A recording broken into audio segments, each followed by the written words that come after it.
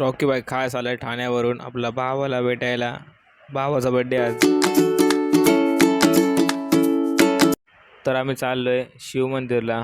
चला मग. गणपती बाप्पा मोरया. हर हर महादेव.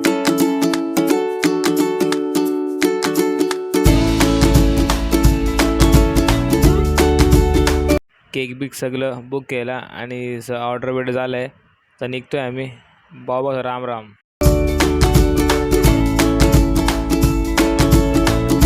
दीदी बा कसे बघते. फुल रेडी झाला. आता केक बी सर ठेवलंय.